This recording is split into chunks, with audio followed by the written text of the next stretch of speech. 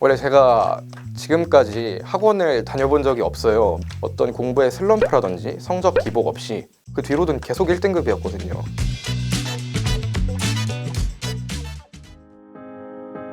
안녕하세요. 메가스터디 학원에서 공부하고 서울대 경제학과에 합격한 오유찬입니다. 제가 처음 재수를 결심했던 이유는 사실 그냥 주변도 다 하니까 그 정도의 가벼운 이유였습니다. 그런데 사실 그건 표면상의 이유고 제 마음을 진짜 움직였던 이유는 이대로 멈춰있으면 언젠가 후회할 것 같다라는 생각이었던 것 같아요. 내가 사회인으로서 성공하면 되고 대학 안에서 더 열심히 해서 성공하면 되는 거 아닐까? 그렇게 가볍게 생각도 했었지만 지금 내가 하고 있는 이 변명 또한 내가 지금껏 해왔던 과거의 그런 변명과 다르지 않다고 생각이 갑자기 들었습니다.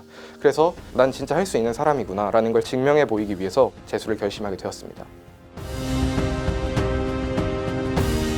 가장 큰 이유는 수업과 자습의 균형이었습니다.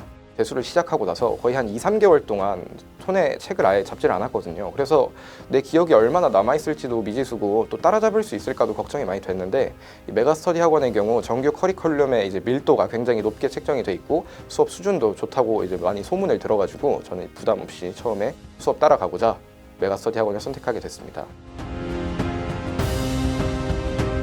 저는 어렵고 난이도 있는 문제에 도전하는 게 수학 실력을 향상하는 데 가장 큰 도움이 된다고 생각합니다. 수학은 진짜 등급 오른 게 제가 3월 모평 봤을 때도 3등급 정도였는데 4월 모평 보면서 갑자기 1등급이 돼서 그 뒤로는 계속 1등급이었거든요.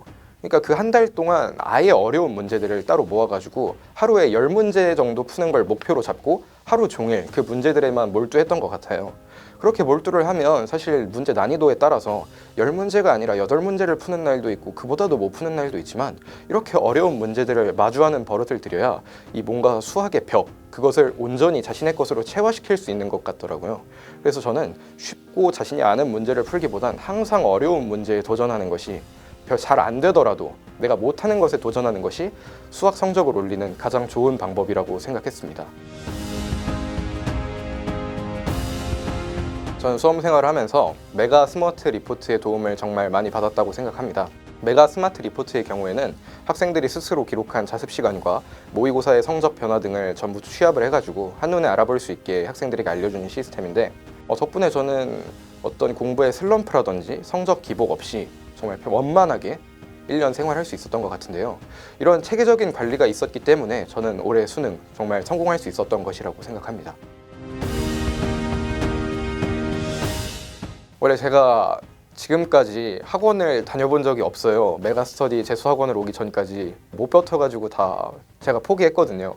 그럼에도 불구하고 메가스터디 학원의 경우 이제 수업도 있지만 자습도 있고 결국 자신의 선택으로서 자신이 하고 싶은 만큼 실력을 올려가면 되는 구조이기 때문에 메가스터디 학원이 그런 점에서도 차별성이 있었던 것 같습니다.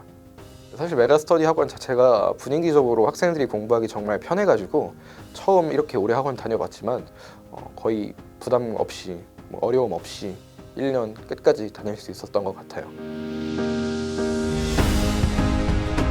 저는 혼자 후회하며 시간을 보내는 것보단 그래도 울고 웃으며 감정을 느끼며 살아가는 것이 사람답게 사는 길이라고 생각합니다.